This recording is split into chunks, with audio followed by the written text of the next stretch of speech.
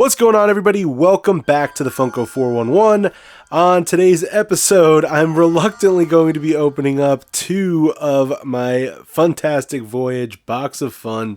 So I say reluctantly because I did get all four of the mascots, but only two of them have arrived so far. So I was waiting and waiting, hoping that I could just do one video with all four, but it's taken so long for the other two to come in the mail that I figured let's go ahead and knock out two of them, and then I'll do another video in a few days when the other two arrive. Before I get into the boxes, I'll give you kind of like my quick 2 cents about this whole box, the whole process. I won't really talk too much about EQL because, you know, my opinion with that, I know a lot of people were unhappy that you had to, you know, pick your mascot or apply for all four just to get a chance, and then you would get stuck with extra boxes if you did want to kind of throw your hat in each one.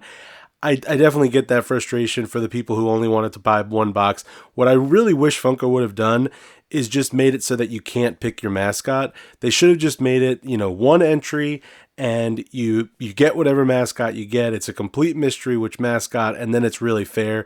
But I'm pretty sure that Funko avoided doing that because they wanted people to buy into each of those mascots, because that's the way that they were going to sell the most, you know, the most boxes. I'm not sure it would have sold out if they actually limited it to one box per person. But anyway, that's my thoughts on EQL.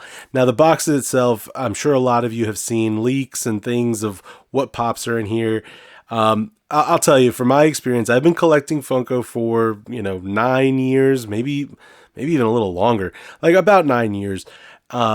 This, I hate to be negative, but this is, in my opinion, is by far the worst round of box of fun boxes. Like, I'm talking about SDCC box of fun style boxes, not talking about like the ones that they've done for like New York Comic Con when they did like the Frightmare and like, Fright Night, stuff like that. But for SDCC type box of fun, this is probably the weakest. They limited it to 2 Freddys, which is a big loss in terms of value because, these boxes used to be like a no-brainer. You could buy these boxes, you'd get 3 Freddys, and you would easily recover all of your money if you got figures that you didn't like. Hopefully you get characters that you love and you keep everything, but for the most part, most people are going to get stuff that they don't love. So, that kind of thing happening now with these type of boxes when there's only 2 Freddys, and then you've got a bobblehead that everybody's going to get. You've got sodas that are not going to be like super valuable, and you've got bitty pops that are the same across the board. It's really, I'm kind of seeing it on the secondary market. It's really tough to recover your value on these boxes, to even get back the $105, whatever it was, to get that money back on these is really tough because of that limit to 2 Freddys, but also because the Freddys themselves have been kind of weak. There's some really good ones in there. They definitely sprinkled in some really good ones, and they definitely kept some of the better stuff for at the show, but the ones at home, it's pretty weak. There's, I would love to see like the Chucky from Rugrats, the Two-Face, the 500 piece is the one that's got the, the most desired that I've seen. And then, of course, you all know me very well from the channel and what I like, but Back to the Future, they have a Marty McFly in there, 1500 piece. I'm not even really thrilled to see that because they just did a Marty two or 3 years ago, and I really wish that they would just not do Freddy's for a character more than once.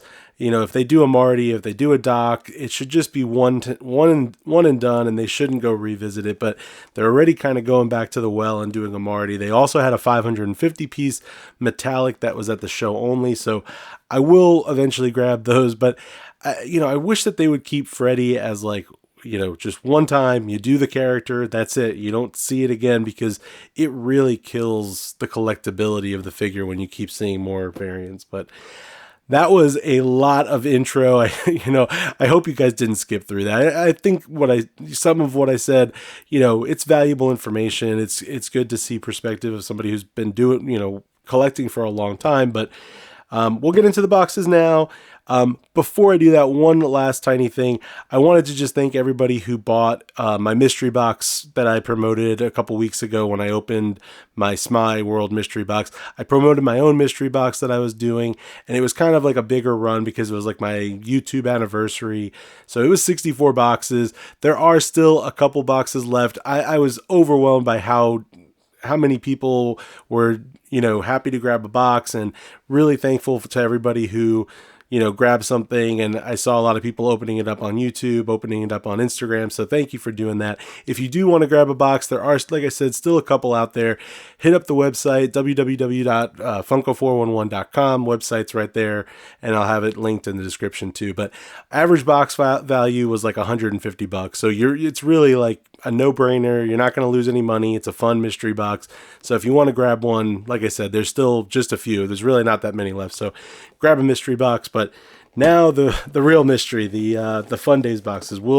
I actually don't know which mascots these are. I just know that they're 2 of the 4. So we will start with this one. All right, so I'll move it over here, and let's see what you can see. All right, you can see the wobbler, so I'm not spoiling anything in that little corner there. And we might as well just take a look at the wobbler first then. So there is the Freddy Funko Proto wobbler. I'll take it out of the box.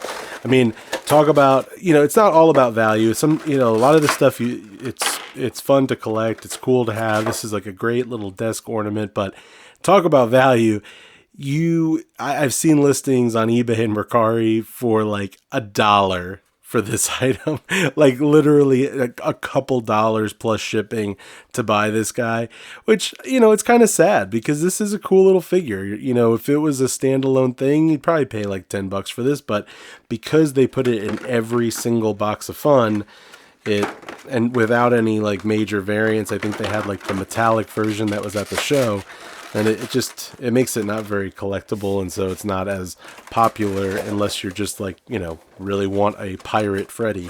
But there is our wobbler, and then, similar to that, here is the little bitty pops. This is actually like the first, well, I shouldn't say that. I think I bought the Ninja Turtles ones, like one of the Ninja Turtle pack, but aside from that, this is the first bitty pop little pack that I have. So there are the 4 figures. They just kind of mirror the mascots, which it's cool. It's a cute little pack. But again, value-wise, when you're talking about a $105 box with 2 Freddys, a soda, and your mascot and this stuff, this itself is like, another maybe $5. So between these 2 things, you're recovering like $10 worth of, your $105. But our mascot for this box this was one of the cooler ones. This is the Blacklight Buccaneers.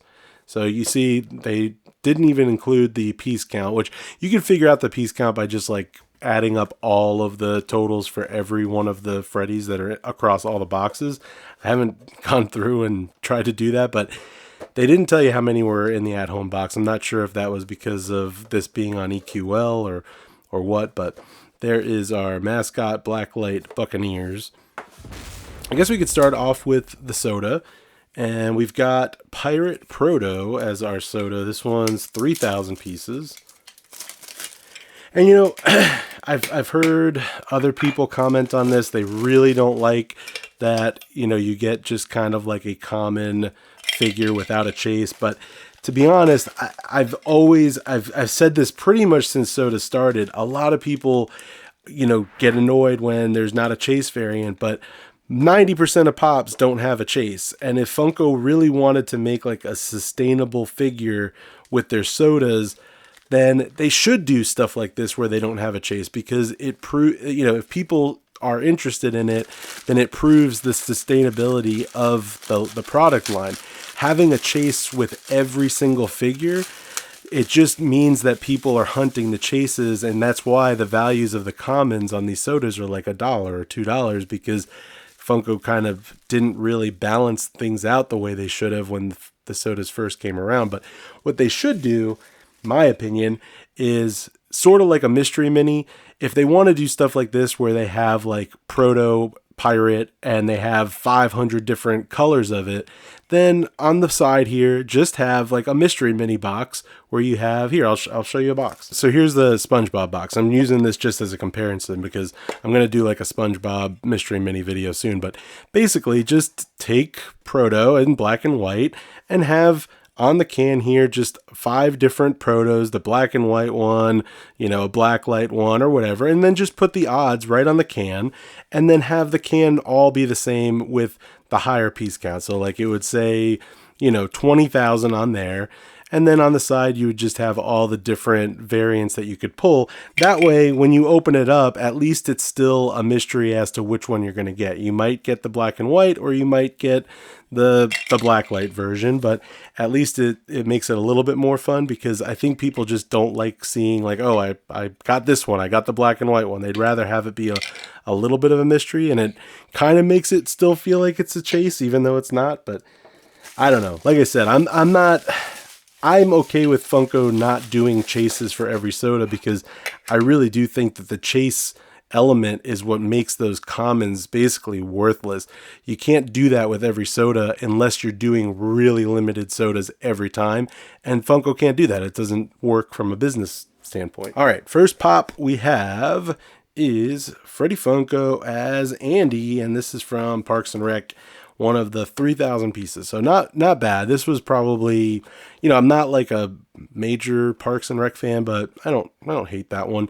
Again, like value wise, if we were kind of doing like a little math here, probably like going for maybe $15 or $20 on eBay right now. And then the last one that I'm happy about getting this one. I think I mentioned it when I was talking earlier.